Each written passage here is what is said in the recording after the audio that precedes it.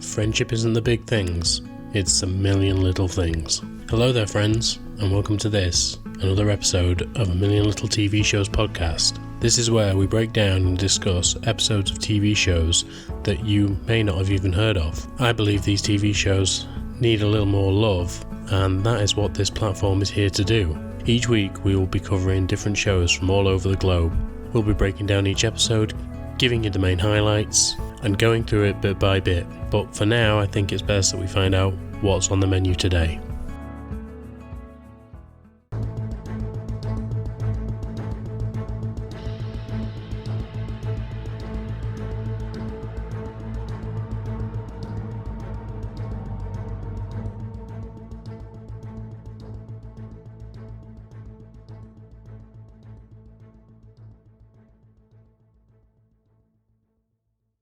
Hello there, and welcome back to this A Million Little TV Shows podcast. This is now episode 12 of season 8, and today we're going to be going into the world of Criminal UK. Now, this is a police procedural show, and it's all based in and around an interview room. Generally, they have a famous face come in, and that famous face is playing the part of someone who has either committed a crime or someone who has information about a crime.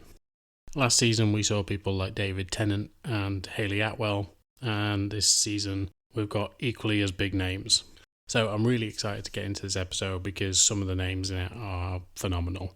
We've got Sophie Okonedo, who I've covered 3 times on the pod now when she did Modern Love and Inside Number 9, and I'm hoping to cover her in future seasons in things like Slow Horses. So I'm really excited to watch that episode because she always brings it, she's always excellent. Other people that we've got in this season, Kit Harrington, so obviously Jon Snow from Game of Thrones, Sharon Horgan, who we've also seen in Modern Love. I'm hoping to cover Motherland at some point, and Catastrophe, which was an amazing show, and I've also got her on my list for Bad Sisters, so we're going to be hearing a lot from Sharon Horgan as well at some point in the future, but this is a good start to introduce her.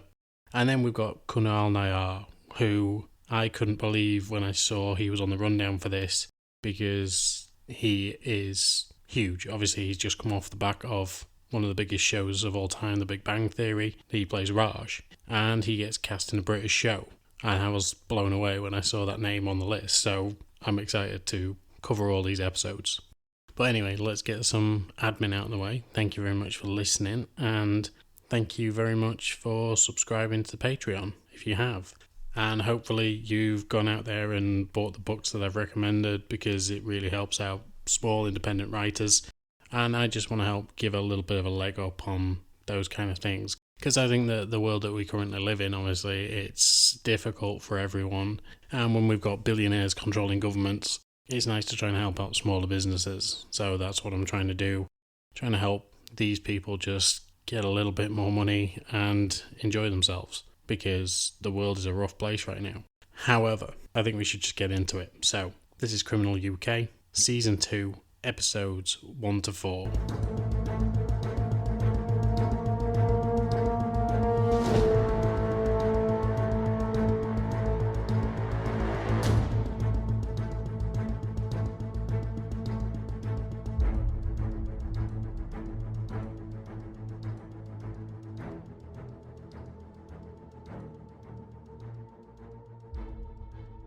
Episode 1, Julia. Now, once again, this season stars Catherine Kelly as Natalie Hobbs, Lee Ingleby as Tony Myerscroft, Mark Stanley as Hugo Duffy, Rashenda Sandel as Vanessa Warren, and Shubnam Sharaf as Kyle Petty. And in this episode, we've got Sophie Okonedo as Julia Bryce. And so, it's a Sunday and there's not many people working in the office. Detective Constable Vanessa Warren is in the office, however, along with Kyle Petty. Kyle is just overlooking everything that is going on in this interview. It seems like there's sort of a wrap-up interview going on with a woman named Julia Bryce. It would seem that Julia is this downtrodden woman who ended up being married to a man who was gay, but was also killing his gay lovers. And this man is currently awaiting trial for the second murder of a young man, and they still haven't found the body yet. Throughout the interview, it just seems to be pretty run-of-the-mill, usual questions, usual answers, nothing that's going to stand out. Julia doesn't even have any legal representation with her because it is just a routine interview. However, while she's talking, she starts talking about how the murders were committed. And it's here we get the first indication that not everything in this is correct. In the room, however, Vanessa doesn't notice. She doesn't pick up on anything and acts natural because, well, it's all she's got. She doesn't know that Julia is giving away a big piece of information. What Julia had said, however, is basically that her husband had been killing people with a leather belt, but not only that, he'd been standing on the back of their necks to make sure that they were actually strangled to death properly. And in the room, Vanessa doesn't spot this. Kyle, however, does. He is sat behind the screen and he is just watching the interview go on. He isn't sure whether to alert Vanessa to the actual issue, but realises that he doesn't need to. Technically, if he brings in some more senior people, they can actually help him out with this issue.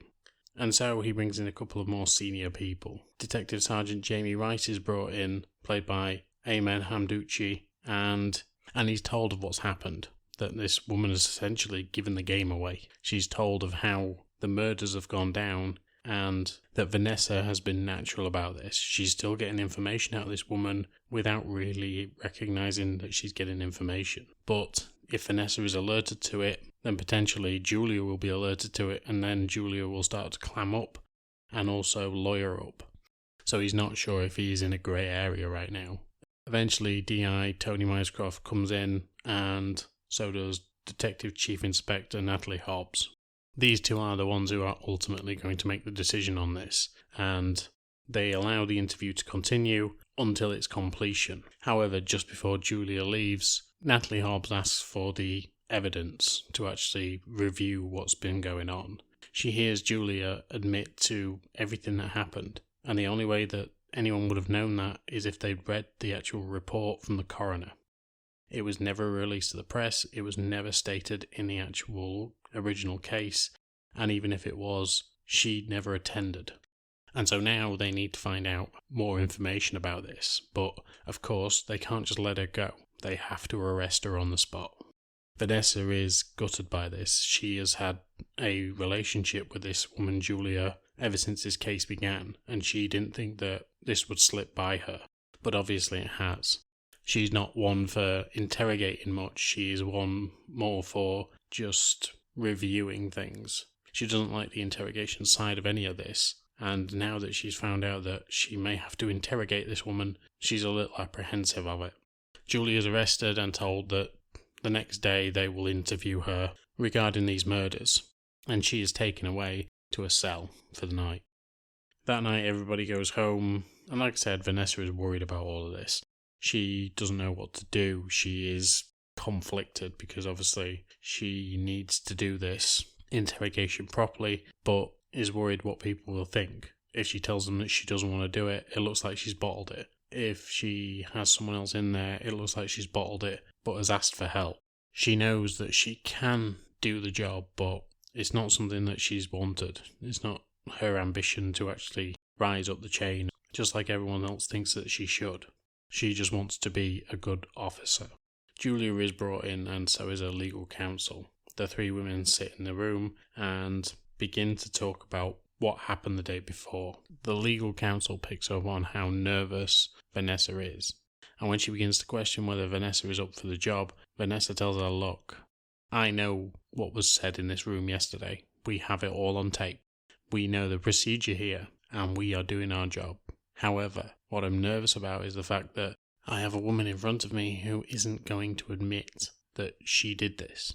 And if that happens, then we have to go to trial. And that's what I'm nervous about." And then proceeds to actually question Julia about everything that happened, to the point where even the legal counsel doesn't step in at all. And from what I've seen from these kind of dramas, they generally do. They generally try and stop the flow and talk over and interrupt. Whereas this legal counsel has been stunned by what she's been told. She must admit that her client is in trouble, and it is probably in her best interest at this point to admit guilt.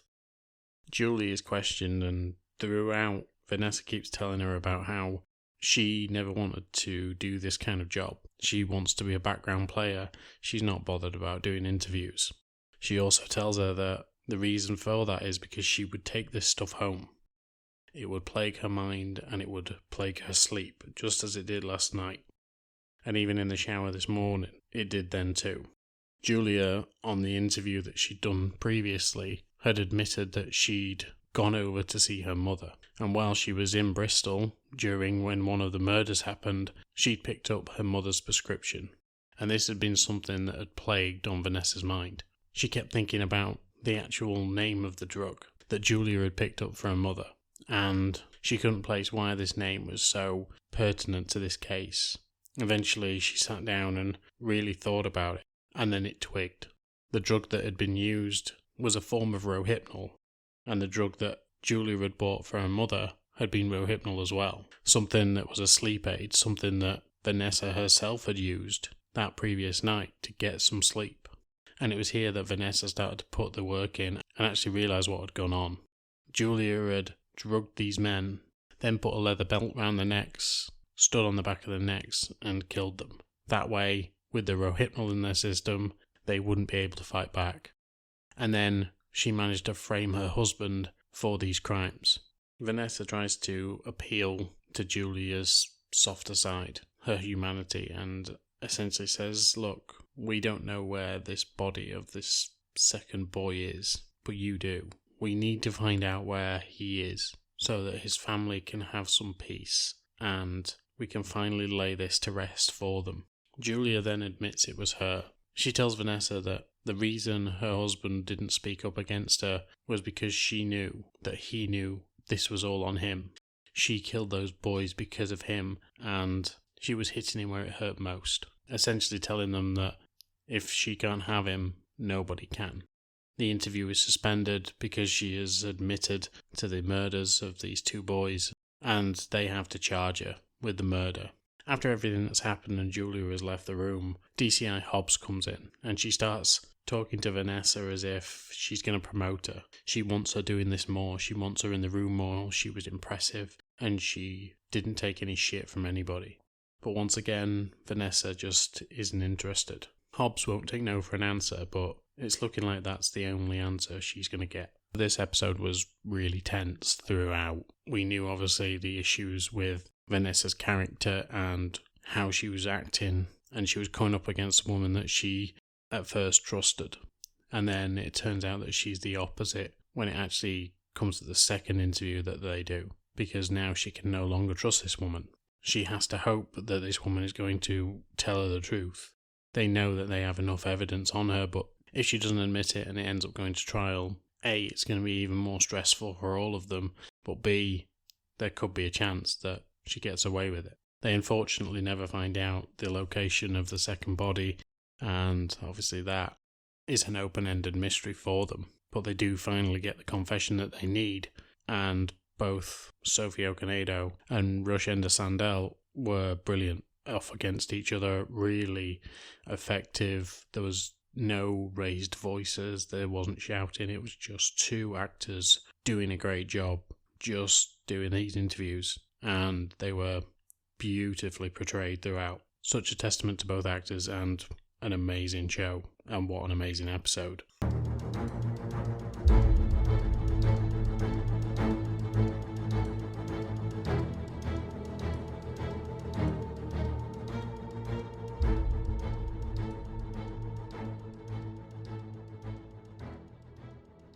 Episode 2, Alex.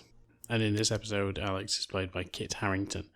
We start with DCI Hobbs and D.I. Mayescroft in the interview room with Alex and his attorney.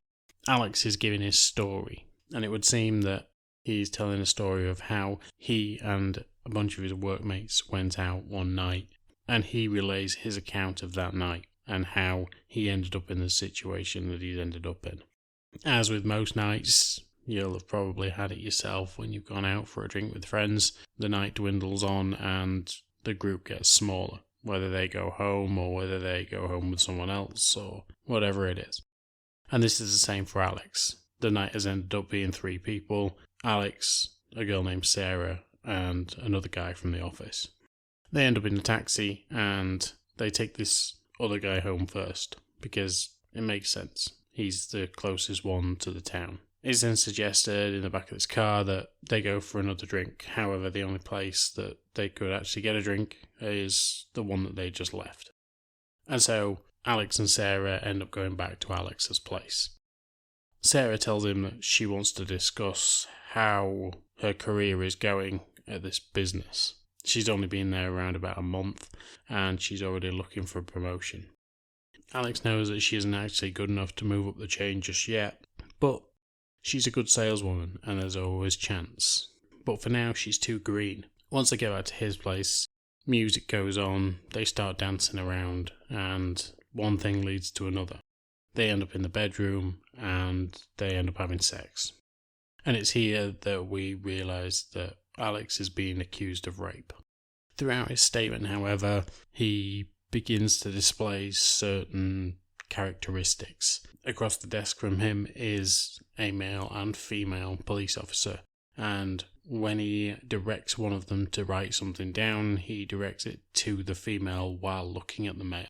Essentially, he wants things noted down by the female, or this is how it is implied, because there is misogyny issues there. He looks at females as lesser than him. And what they're trying to do is just paint a picture of who Alex is. He begins to defend himself and says that that's not the way he is, that's not the way he thinks. He just wanted someone to write it down. But he directed it at the female, who is the person who is in charge of the full investigation. In fact, the full team. She is the boss here. They then begin to inform him of Sarah's side of that story, because Sarah has a very different outlook on the way that this went. Early on in the morning, she sent a message to her friend that was only an angry face. When her friend sent her a message back with just question marks, she said, "He just kissed me." Now, according to Alex, Sarah was quite attracted to him and they were attracted to each other, and this was consensual. So why on earth would she be sending emojis of angry faces and, when asked what's wrong, telling them, "He just kissed me"? He thinks it's because they were both drunk and the sex wasn't great and things just didn't click properly, but it is what it is.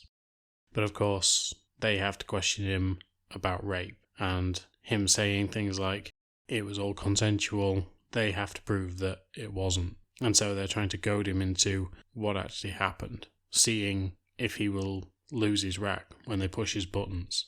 Alex begins to claim that the reason that Sarah was so pissed off is because they had just begun to kiss. Nothing more had happened, and that she was the one who wanted more because she had become seemingly obsessed with this guy over the last few weeks while she's been working there.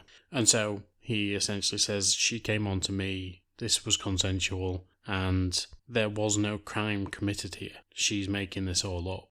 They take a break, and while they do, out in the corridor, Vanessa, Natalie, Tony, and Kyle decide to have a chat about what's going on. Kyle asks whether women can actually spot these kind of guys, whether they know they're in for trouble as soon as they clap eyes on these people, but DCI Hobbs tells him no. It's difficult to see these kinds of people because, especially people like him, someone who is attractive and would generally, 99 times out of 100, get the girl, they'd be able to just charm them and probably take them to bed.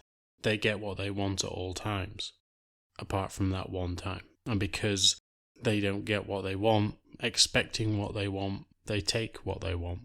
And so no, not all the time you can see these people. Not all the time they are easily detected. But of course now it's a case of her word versus his, and they have to have this medical report. They know that this medical report will assist them in some way. It'll certainly rattle Alex. Eventually the medical report turns up, and just before they actually reconvene inside, Kyle is told to pad the file, because what he's ended up with is a couple of sheets of paper, some pictures, and not much else. It's a very thin folder. However, the rest of the team know that when he walks in there, what it needs to do is it needs to thud on that table. It needs to look like they've got so much evidence, so much from this report that it doesn't matter what he says. And this is a tactic that seems to be employed. They're trying to intimidate this person to confess. And it's all planned out. It's all procedural. Essentially, they've even got a timing on when Tony, who seems to be leading this investigation, wants the file to be put on the table. And so it's all theatre. It is all trying to rattle this guy and make sure that they get the answer that they need without the need for the courts to be involved. They need to get him to confess. They end up going over Sarah's statement further, and as they do, it's uncovered that Alex has a girlfriend. Now he doesn't, but at the time he did. And while they begin to talk about everything to do with that night and what happened, a lot of the story elements from both people match up, except the fact that Alex missed out that he had a girlfriend, and that it was stated as much to Sarah. Sarah had asked him whether he actually loved his girlfriend. Obviously at this point, Sarah had thought about having sex with this man. He said that he didn't love his girlfriend, and therefore there was more chance of him actually getting Sarah into bed, which is something he admitted from his own statement, and DCI Merskov actually accuses him of manipulating her, because, essentially he did. He got her into bed by telling her a lie, because he admits that he does love his girlfriend. It's also stated in Sarah's statement that when she and Alex got back to Alex's apartment, he put on a song, and by the end of that song, he was already trying to get his hand in her pants. She told him no, and he proceeded anyway. After that, she asked for an Uber, and he said he would provide one. She went into the bathroom, sent these text messages, and then came out. In that time, the Uber had been cancelled, and they ended up having sex. Or in Sarah's eyes, this is where the attack happened. Eventually, Kyle brings in the medical report, places it on the desk with a thud, just as dramatic as they wanted him to, and walks out. They look through the file, and D.I. Merskov starts umming and ahhing and looking intrigued by what's in this file. It really starts to rattle Alex, and they talk about vaginal bruising and just general signs of rape. Eventually, his legal counsel asks for 5 minutes with her client. The police officers leave the room, and she tells him, look, whatever's in that file doesn't matter. If there's bruising, there could be a number of reasons for that. And in certain cases, there doesn't always have to be bruising. So exactly what they have in that file can be manipulated with context. But as she is saying this to him, she hates herself for saying it, because whether she's been a victim of, or whether she has had many victims of this tragedy, she knows that whatever's in that file won't hold water. And so once again, it is his story versus hers. And again, the police have to prove that this guy did it. This throws the team off, and they head back into the room, and they begin to talk about other types of bruising, including bruising on the wrists, because it would seem that Sarah ended up with bruised wrists as well, which would be a sign of struggle or a sign of being held down, tied down, whatever it is. And since Alex has already confessed to not being into that kind of thing, it just doesn't look good in his favour. At this point, however, due to a conversation that they've managed to get off of Sarah's phone with one of her friends, they found a term called bungalow reunion, and the team don't know what to think of it. They begin to investigate the friend and found out that Sarah and this friend had actually just come back from Africa. They'd been on a safari bungalow. And when they look further into it, they actually find out that this friend of hers, a month earlier, before she lost her job, had accused her boss of raping her. They'd end up keeping silent, and she'd managed to get a massive payout from the company to keep silent. And that's where they ended up going on holiday to this safari bungalow. And now it would seem that the evidence is to the contrary, that Sarah is doing this again, and that potentially her and her friend are trying to fit Alex up for this. So now new evidence has come to light. They can't continue with the actual investigation into Alex. They end the interview and tell him that they aren't charging him right now until further investigation is done, and Alex is told that he can leave. However, Alex isn't happy with this. He says to them, look, you guys came into my office. You guys embarrassed me. You guys turned my life upside down. I have to go home now and tell my family that I'm not a rapist. I have to go home to my work and I have to tell them that I'm not a rapist. And even then, this shit sticks with you. And it would seem that even though he is the innocent party, or seems to be the innocent party here, his life is never going to be the same again. And I don't think it needs to be said on this podcast. I stand by the victims of rape, but anyone doing this, it's fucking horrendous.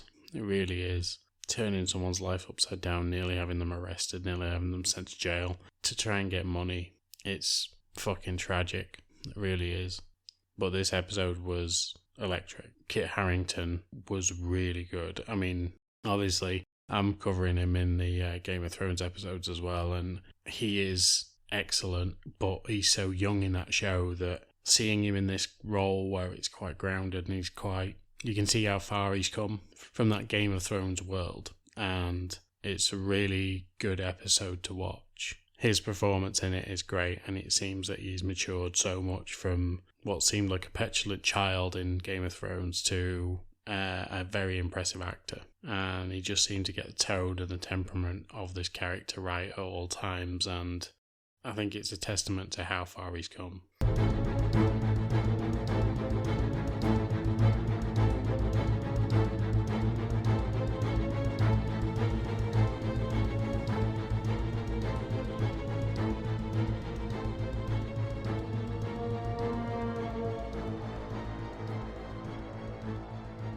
Episode 3, Danielle. DCI Hobbs and DC Petty are in the interview room. But at this particular point in time, all we can see is Danielle. It seems that Danielle is putting on a show for the cameras. She fancies herself a little bit as a detective, and while she's in this interview room, she is willing to prove her detective skills to these people. Everything that she says is quite smug, and she essentially tries to degrade the police officers that are in front of her. She begins to talk about the process that she has when it comes to her work, and she also tells about the website that she has. This website, called Pesticide, is essentially some sort of blog by the sound of things, and what she does on this website is she investigates, but not only investigates, she outs people that she believes are paedophiles. She tells the officers in charge that if it wasn't for her doing her work, these people would never get caught. And if it wasn't for the people that she works with, there would be a hell of a lot more incidents. She then begins to describe the situation. So she set up her own account as a 14-year-old girl online, put it out into the public sphere that she wanted friends, and she was hoping that someone would come along and start chatting to her. She started chatting to a man, and eventually things started to go the way that she wanted. She isn't allowed to initiate contact, and she certainly isn't allowed to entrap this man. He has to give things up willingly, and he has to be the one to suggest things, potentially send pictures or whatever it is. And of course, she has to be believable as a 14-year-old girl. They're the rules that she has made for herself and the rest of the people in her group, and she has no intention of breaking that.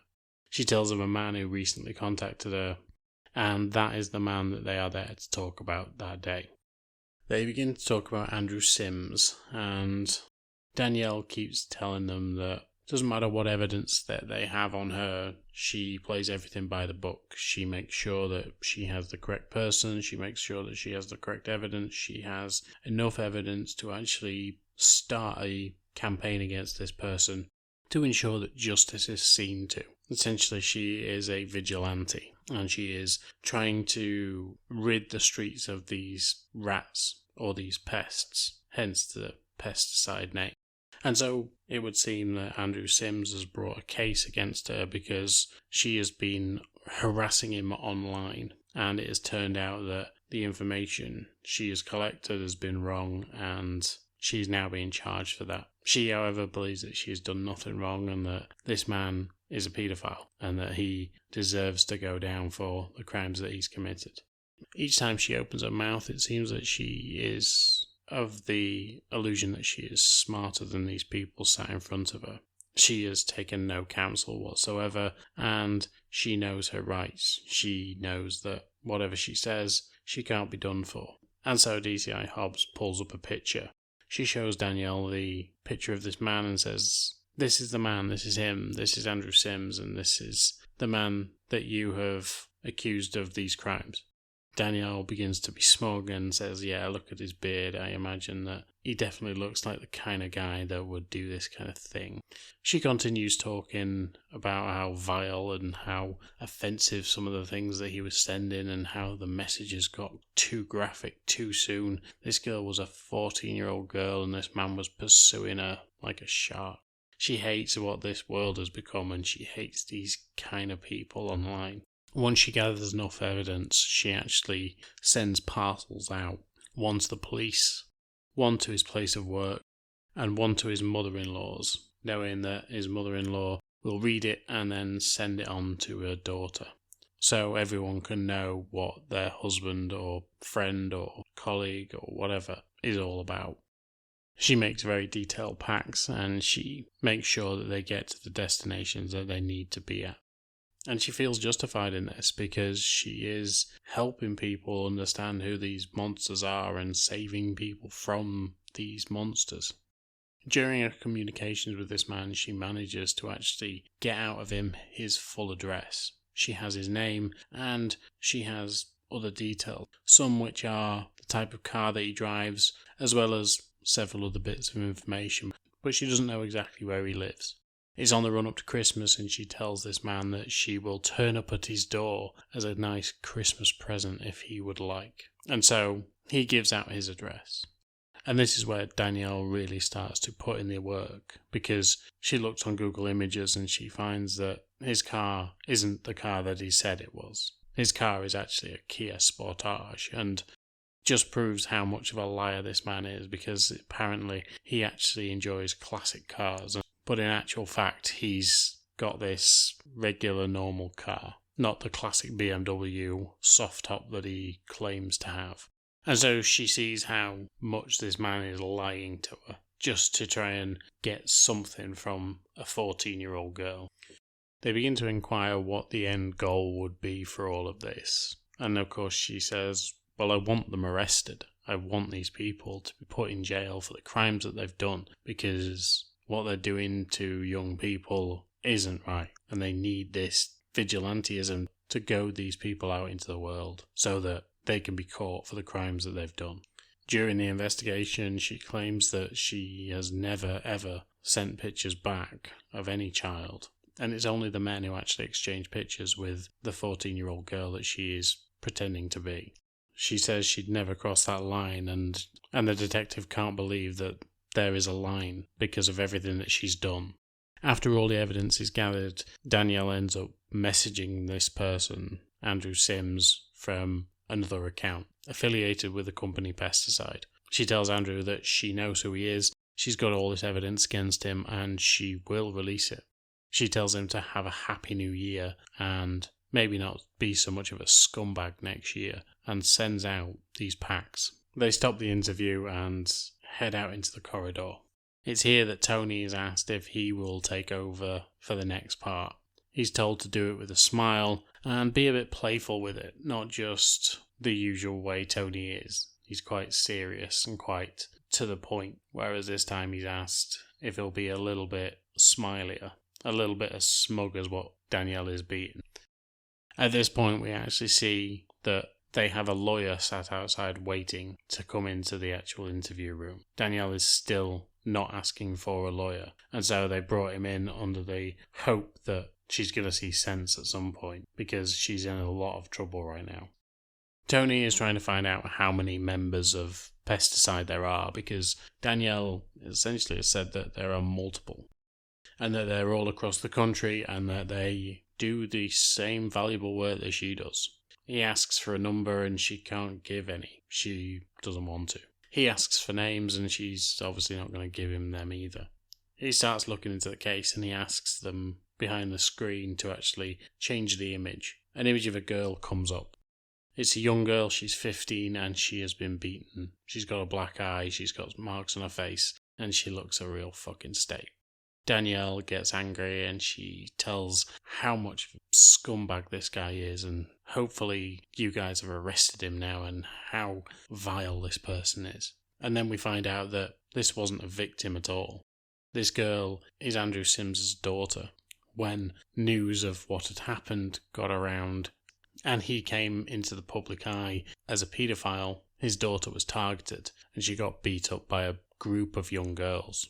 They begin to think about the words that had been used in that interview room already that day, and they come up with the word vigilante. They were a vigilante group, very similar to the way that Danielle is being and speaking. But of course they ended up targeting an innocent victim, unlike Danielle, who obviously went after the right person. You can see not long after this picture that Danielle is starting to doubt her own motives at this point. They eventually bring in the lawyer and he starts to check over things and he realises that she's in trouble and they need to ensure that she gets the right counsel. They begin to continue with their case and this is where the reveal happens. They tell Danielle that the man she was actually looking into, Andrew Sims, wasn't the man that she was talking to online. He shared an office with a man named Casper, and Casper was the one who was using Andrew Sims' computer to talk to this young girl, or who he thought was a young girl. Turns out that Casper also drives a BMW, and his internet handle, Porsche 64, is a classic car, and that is something that he is into. They show a picture of Casper at a party with Andrew Sims, and Danielle starts to realise what the fuck she's done. She's targeted an innocent man. And so the detectives ask once more, who are the people in your group? Because whoever it is in your group has been targeting people for a long time now. And they're doing it all over social media. We need to start bringing these people in and making sure that they aren't the ones that actually did this. They have Danielle in there, but there could be others. They take another break and they start to think about how they're going to swing this because they need to get those names. They think about maybe playing the same game that Danielle did and entrapping her, but when push comes to shove, Vanessa tells them that that isn't the way that they should do things because if they do, they're just going to be as bad as her. They need to get an answer, yes, but they can't go down nefarious means. DCI Hobbs goes in on her own and just as she's heading in, D.I. Myerscroft tells her of some interesting information. While in there, DCI Hobbs starts to talk about Danielle's son and daughter. She begins to ask how old they are, and Danielle tells her that they're 5 and 8. But it turns out that they're not. It turns out that they had been taken away by the system a long time ago because it would seem that there had been some sort of abuse in that family and that their mother was no longer fit enough to actually look after them. And so filling her time was actually going and chasing predators on the internet. She wanted to keep her children safe, but they ended up not being safe at all because their mother was trying to fight crime online and potentially putting them in danger. The detectives ask one more time, who are the members of the group? And behind the screen, we actually get revealed that since Danielle has been in lockup, there has been no social media posts from Pesticide.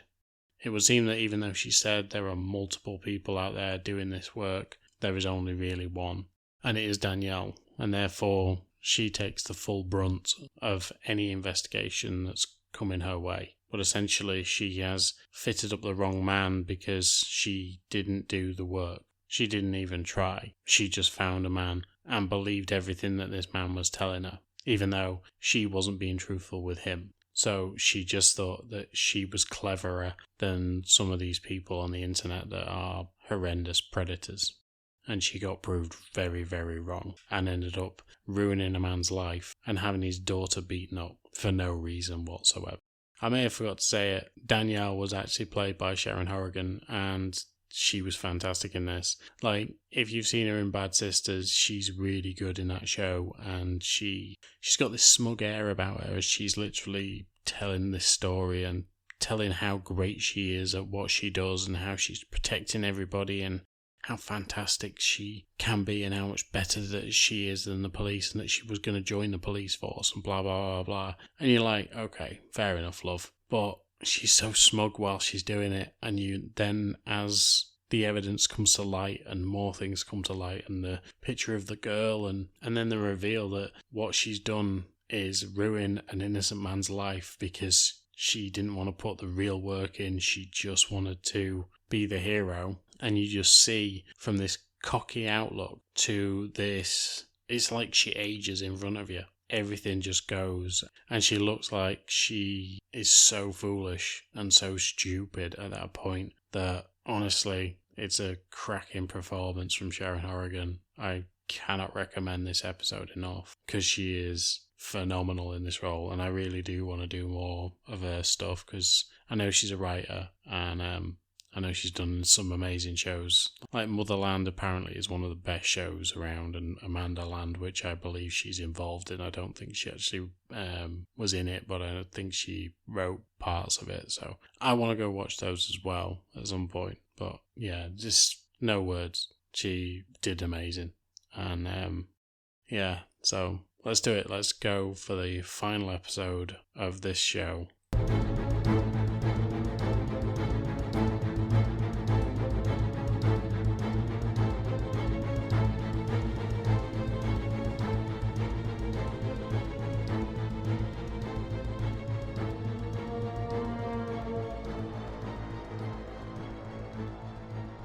Episode 4, Sandeep, and this episode stars Kunal Nair as Sandeep.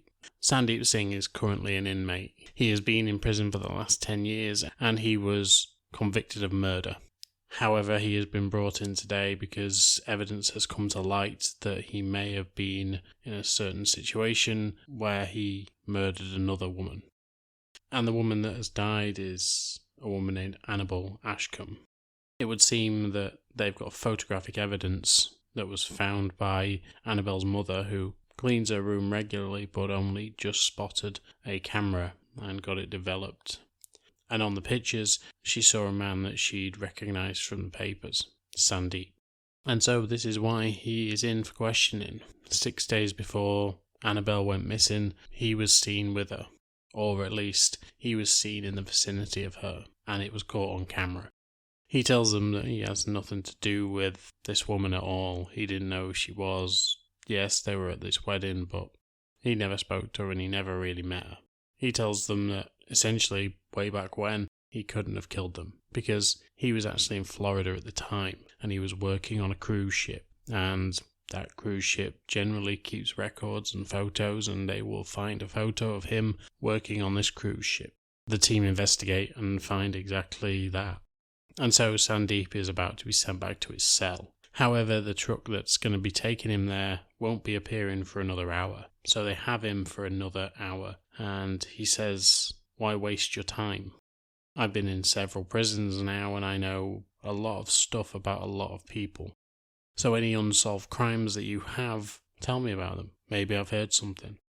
But it's going to be a quid pro quo situation. I give you information and you give me time off of my sentence." So they get the Crown Prosecution Service in and they start to run through a deal. But while they're waiting on the CPS, they begin talking to Sandeep about what he knows. He tells them basically, give me an unsolved case and I'll let you know. And so the officers start to give certain cases that they need answers for. The first two are a bust, but the third one, a boy named Alfie Lyons, who went missing several years ago, around about the same time as Annabelle, that case comes up, and he does something that he hasn't done this whole time. He turns his chair, because he was sitting parallel to the desk, and turns to face the officers. He tells them he has information about Alfie Lyons, the young boy that went missing all those years ago. He knows where he's gone, and he will tell them what they need to know. But of course, they only have till 6, and so they have to get this moving as quickly as possible because there is an hour to go. They begin to look into the file, and DCI Natalie Hobbs believes that Paul Ottinger from the first series was actually the one who dealt with this case. But it turns out it wasn't him at all. It turns out it was DC Hugo Duffy, the man last season who was caught drinking on the job during an interview and ended up having to drop down the ranks.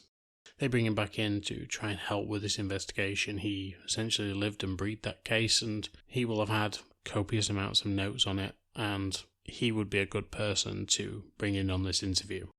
He comes in, and so does the Crown Prosecution Service, and they start to look at making a deal. He tells them what he wants, and he tells them that he wants 4 years. If the information is good, he wants 4 years off of his sentence, which it would seem that he only had a 14-year sentence, and therefore, essentially, he would go back to prison to pick his stuff up and leave. They do a deal, and they manage to get the 4 years. They get it all written up, and Hugo and Tony go back into the room. Hugo takes the lead, and Sandeep starts to tell his story. He tells them of a man who shared his cell once and got into some very dodgy things, some very dodgy ideas. And that, like him, this man was a businessman, but the business that he actually dealt in turned out to be things like drugs, weapons, people, alcohol. And this didn't stand well with Sandeep. It turns out that they were going to have a business together once they got to the outside. And this would be a money laundering business. But when he found out that this business was going to probably take him further and he could end up trafficking people, especially young people, like this young lad Alfie Lyons, he tells them that Alfie died in the back of a truck on his way across the channel because they'd taken him and they were going to sell him. In fact, they'd already sold him for £25,000. And so they were shipping him across to wherever he was going, and he died on the way. They managed to bury his body in a national park somewhere, but that is all the information that he has. It's at this point that Hugo pipes up, and he starts talking about how years earlier they were looking to investigate Sandeep in the disappearance of this boy. Obviously, he had a history of violence, he'd killed someone before, and he was in the area where this boy went missing. But Sandeep tells him that's not correct. He didn't live in my area. But he was corrected because Alfie Lyons was actually not far from his house the week he went missing because he was with his grandparents at the time.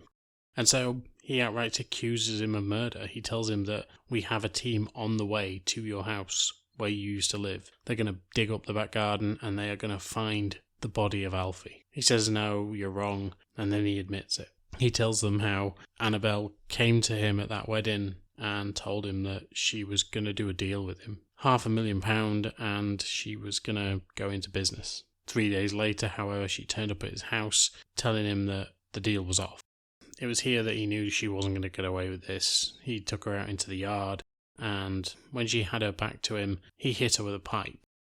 While she was on the ground, a football rolled into his yard, and not long after that, Alfie Lyons. In a panic, he told him to come over and help, and when Alfie did, he struck him too. He quickly buried the bodies and managed to fly out to the States to make sure that he was able to get into the picture that was going to be going on this cruise website. And so, after all that, he thought he'd got away with it. But fortunately for both Alfie and Annabelle, they can now be recovered and finally put to rest, and their families can actually start to grieve. It's a shame this show stopped. Kunal Nair in this episode was fucking chilling. To say that he was Raj Koothrappali in The Big Bang Theory, this is a totally different role for him. He's chilling, he's menacing, he's calculating, and he is stone-faced throughout. It was a brilliant performance from him, and such an incredible episode. The tension in the room was just palpable. You could feel it, and you could see him as this killer. He was remorseful about the woman that he killed at first, but then you can see how calculating he is. He's a businessman after all, and he just wants to get his way out of this prison cell so that he can go and live his life again, knowing full well that he would have got away with 2 murders if it wasn't for the fact that Hugo managed to trick him into telling him exactly what was happening. And it was just an incredible episode and an incredible series.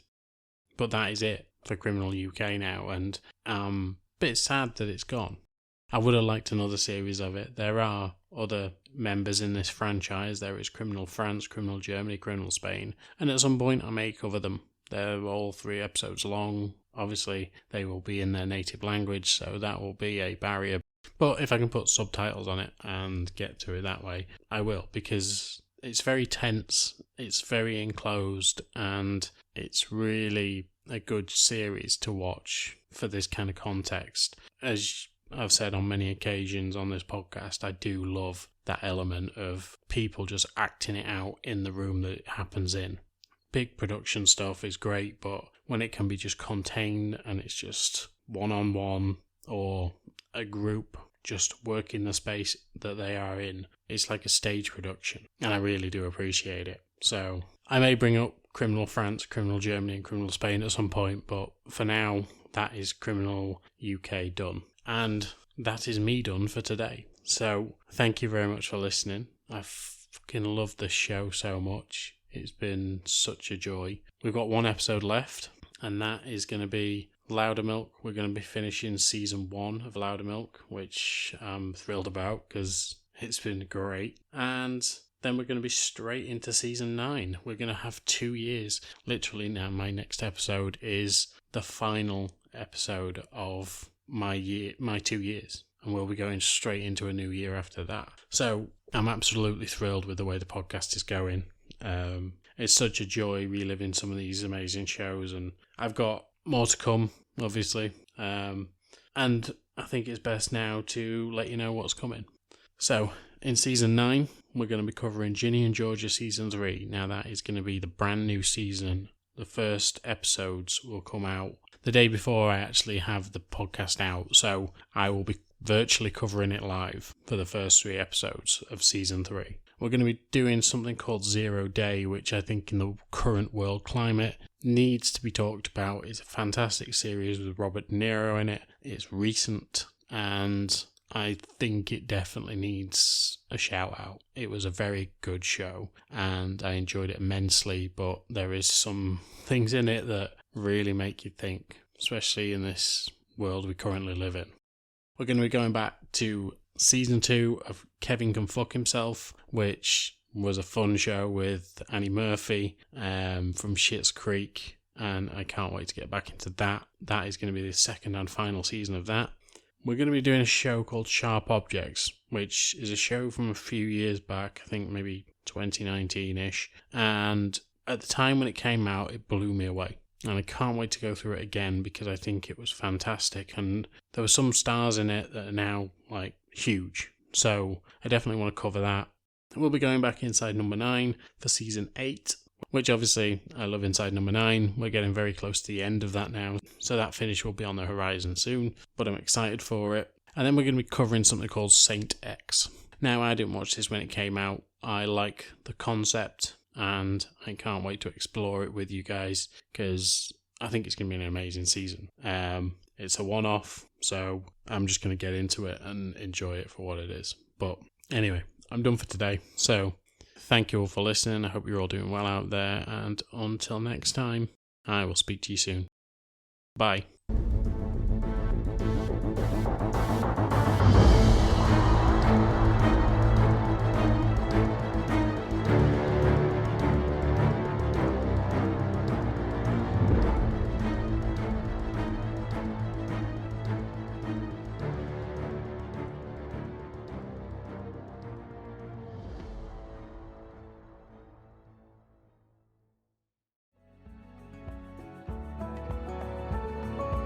And that is it for now, amigos. And yes, I am as angry as you are at me for that sentence, but I hope you enjoyed the show and had some fun along the way. It means a lot that you are listening and supporting me. This is an independent podcast after all, and doesn't get a lot of backing, so it is great to know that you're out there, you're listening, and if you want to come talk to me on any of the platforms I'm on, just come say hi. I'm on Instagram, I'm on Twitter, and I'm even a little bit on TikTok. I don't post that much, but I'm on there. And you can also drop comments in the comment sections on any of the platforms: Spotify, Apple Podcasts, Podbean, wherever you get your podcasts from. But as always, thank you for your time, and I will speak to you soon.